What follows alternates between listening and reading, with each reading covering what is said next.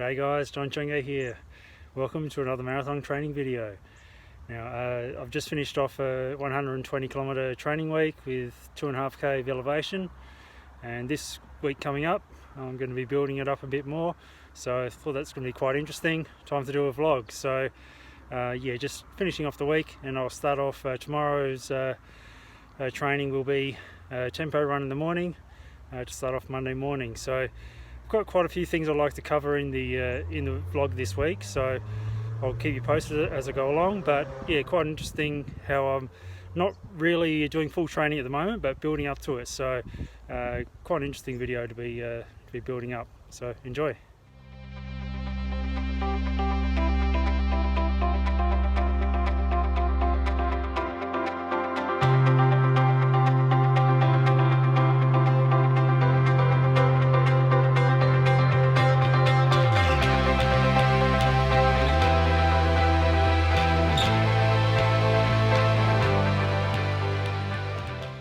Okay, so Monday morning tempo run. Just to let you know what that means for me, it means running at a sustained effort for a fairly long period of time. Not a massive session, but it's meant to be sort of an in-between session. Something to get used to running at a fairly constant, fast effort for a period of time. About half an hour is what I try to aim for as my tempo run. Today only 5k.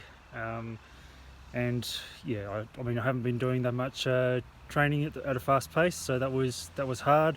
That was good. I was focusing on floating across the ground, stable hips, just the consistent effort. Sort of half marathon pace is what you're meant to be aiming for ideally, but it was probably a good 20 or so seconds slower than my marathon pace when I'm fit. So that's just indication of where my fitness is at the moment. Another thing that I wasn't really going to go through on this vlog, but came up this morning, was mental side of heading out and doing this type of run where you're going to hurt yourself. I struggled to get up, and I guess there's a few reasons why you would struggle to get yourself out of bed in the morning to do your session.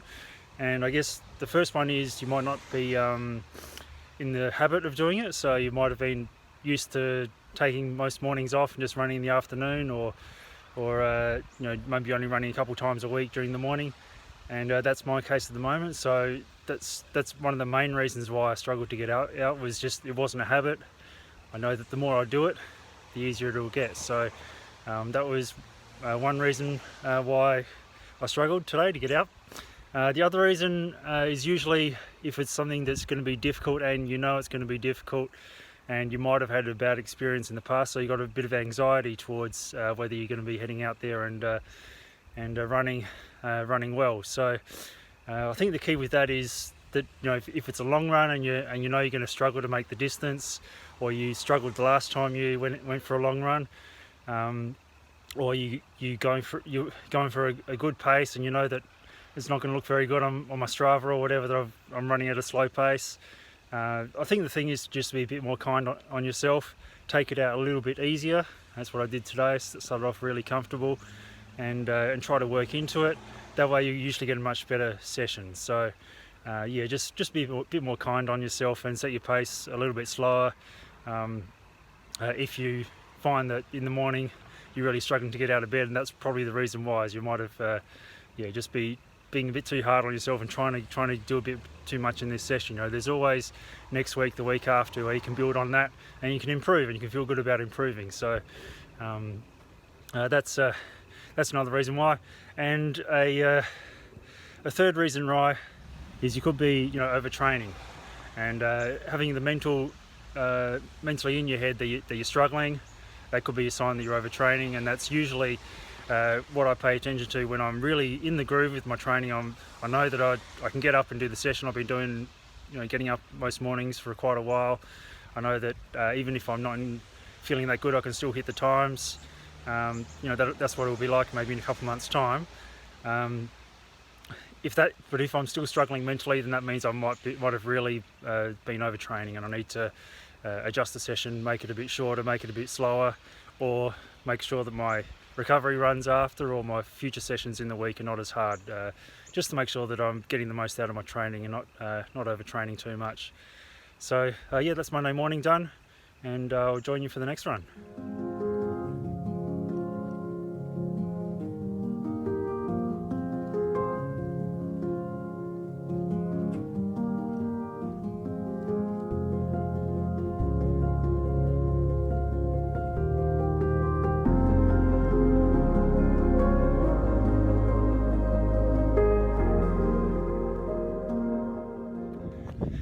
So running the second run for today. It's been over 6 months since I've run twice in a day, so it's something that I like to do when I'm in full training. It's run twice a day, but I haven't been able to because of injury, and just running that frequently was too much for the injury. But if you do run twice a day, there's a few benefits. I think the main one is extra mileage. The other benefit is you get a bit more flexible because you're running and then having a stretch after each run, so it's more chance for you to stay all limbered up. Now, what I notice the most about running twice a day is my breathing gets a lot easier. Now, I'm not sure if that's because of the extra mileage and the more stretching, but I do notice when I switch from running twice a day to running only once a day, when I'm tapering, that my breathing can get a bit more chesty while I'm running. So I think you do lose a bit of aerobic capacity by only running once a day. So anyway, I'm working that into my training now, and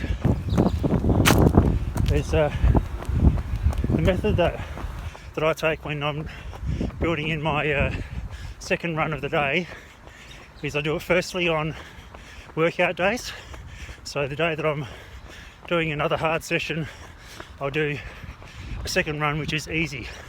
And you can either do that in the morning if you're running a workout in the evening, or like today, I did the workout this morning, which is the 5k tempo as part of a 12k run this morning, and then go into the second run in the evening. Now, after you've added some double runs to your workout days, you can also add them to your long run days, but that all depends on how difficult your long run has been. If it's been something that's really left you quite sore and unable to really walk, then you really just have to rest.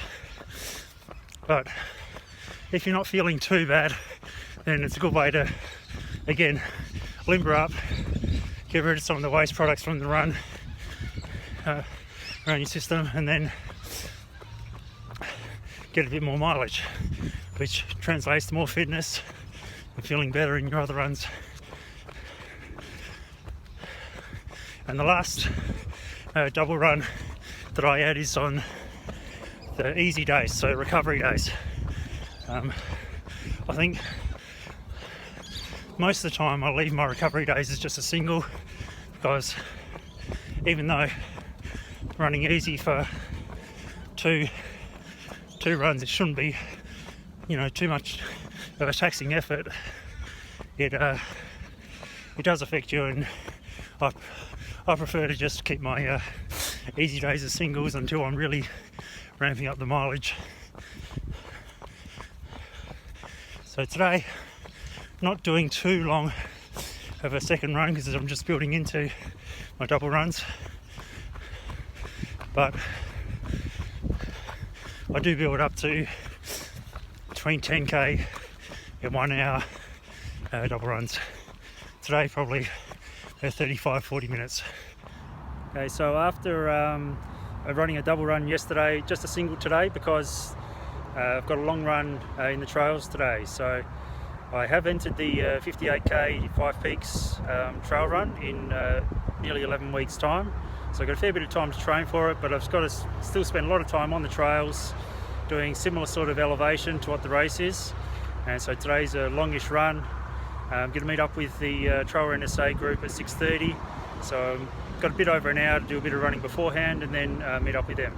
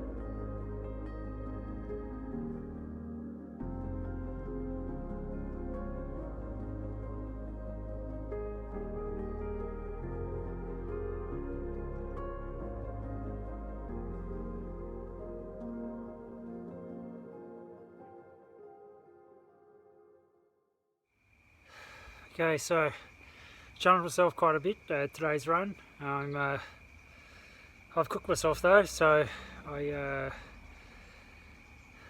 at about 29.5k, done 2 hours 40, and I'm at the Waterfall Gully Cafe.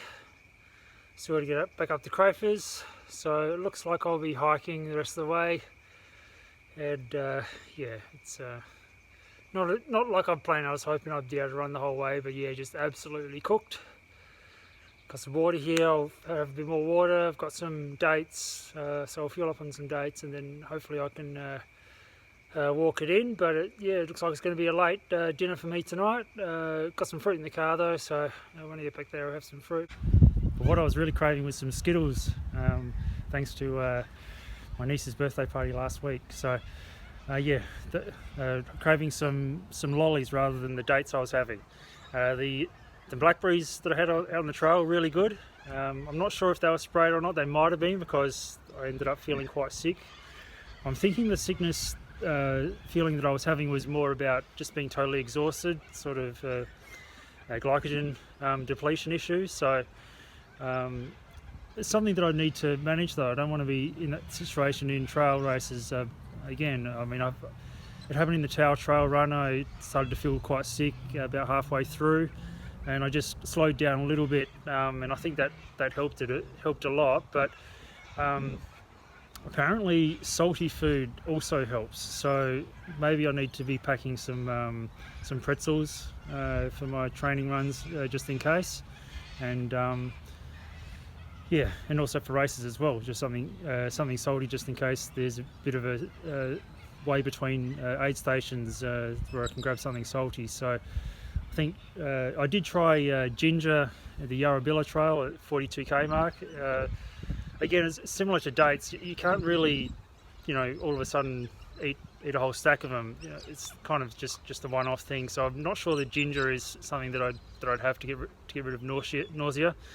But yeah, I'm still working out this nutrition business with the trails. With the marathon training, my runs would be weekly 2.5 hours, and I wouldn't have any extra calories with them. I'd just be able to do them with. I just have to plan out a route where I'd stop every 10k at a drinking fountain.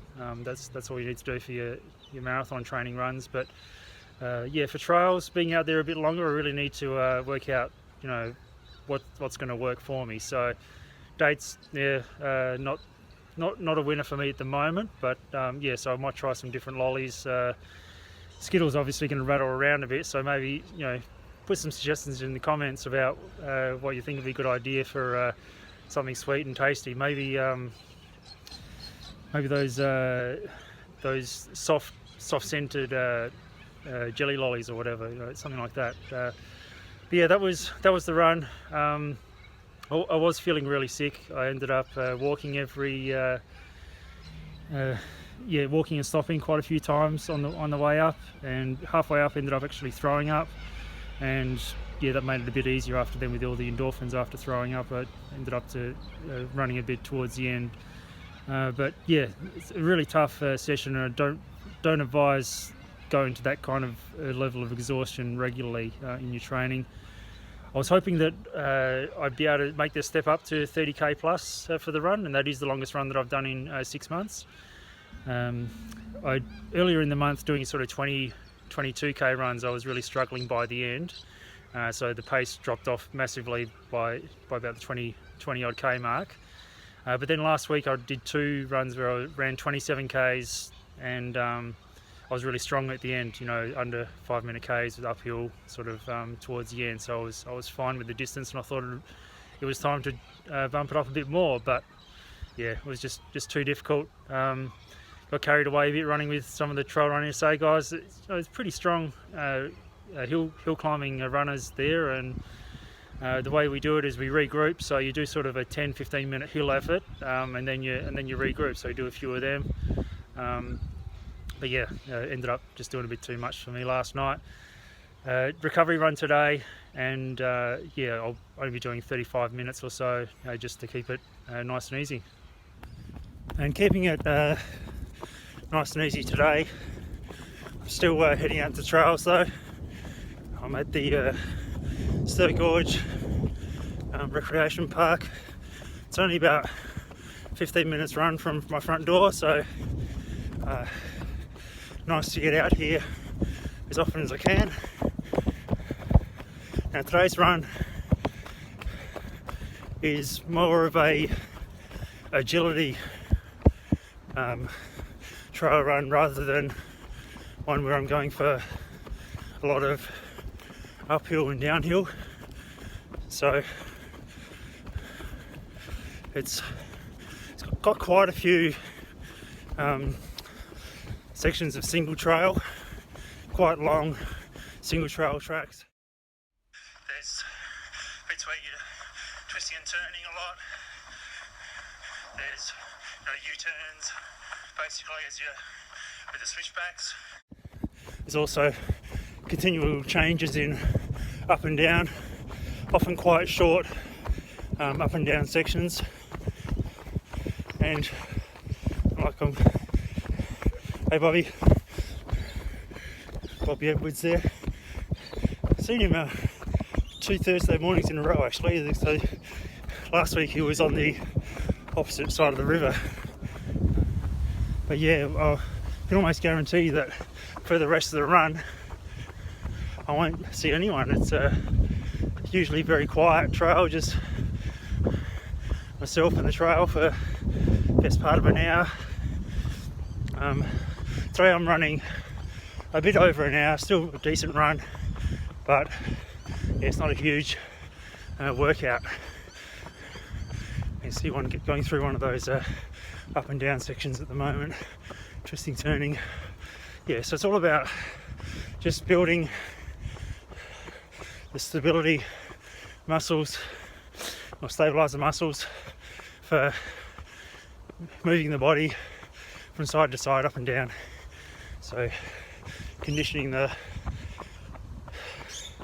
ankles and the hips and core, I guess, as well. So yeah, pretty important for trail running to do that, because otherwise you'll become undone with soreness, and just also over time getting more efficient at these type of trails as the body adapts.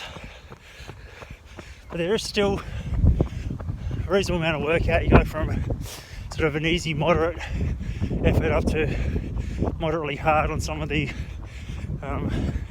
uphills, because there's still quite reasonable uphills as you go along. So yeah, still get a reasonable workout in as your heart rate sort of fluctuates.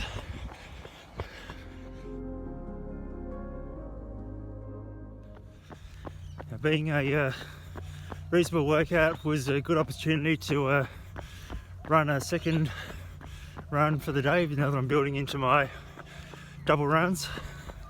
But it's a bit busy yesterday with a lot of other things going on, so, and I was also quite tired, so I didn't do a second run. But today, just doing an easy run as a recovery day, and that's gonna make sure I'm fresh enough to do a session tomorrow.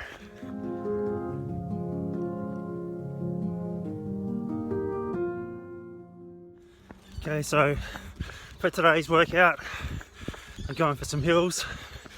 I'm heading out up the hill out of Aberfoyle Park along Cherry Gardens Road at the moment, and I'm going to be heading to Scott Creek, where I'll do some hills there.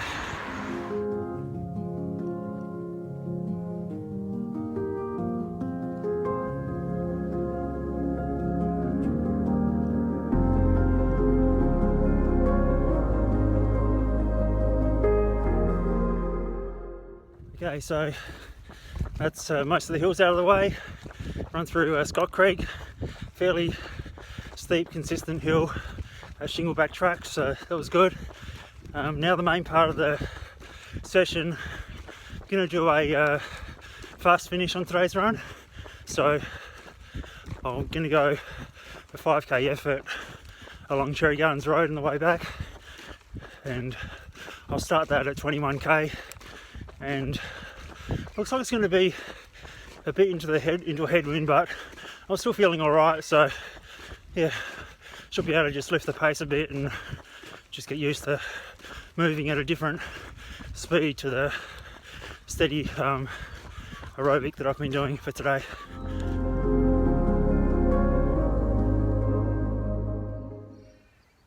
Okay, the fast finish went quite well.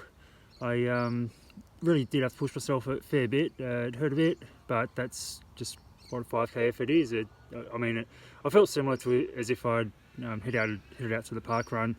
I'd done a little bit more beforehand, obviously, but yeah, it's just a matter of getting in there and focusing on doing what you can at the particular minute, and then eventually the K's tick off. So yeah, averaged about 3:45s for each kilometre, and yeah, for the 5k. So that was a good finish to the week. I'm going to do just an easy run tomorrow. I'm not going to do a longie yet. So I need to do, I think, 13k's tomorrow. That'll get me to 130 for the week, and it'll be a little bit more elevation than last week as well. Probably about 2.7k in elevation, so 130k's. And I guess if you include the hike up to Mount Lofty, that's another few hundred, so it'll probably be over 3k elevation if you include that, but I didn't put that on Strava, so it'd be 130k and about 2.7 on the Strava. So that's this week's training. As you can see, there's lots of things I can do to build up from here with more doubles, a longer long run, and a lot more interval work. I haven't done intervals for nearly a year now, so yeah, when I feel that my foot's good enough to handle it, I'll be incorporating more speed work and more time at a faster pace. Okay, thanks for watching. I hope you enjoyed that. Yeah, hopefully gave you some inspiration, some ideas. Maybe you just enjoyed watching me getting through my work for the week. So onwards and upwards. I'll see you next time.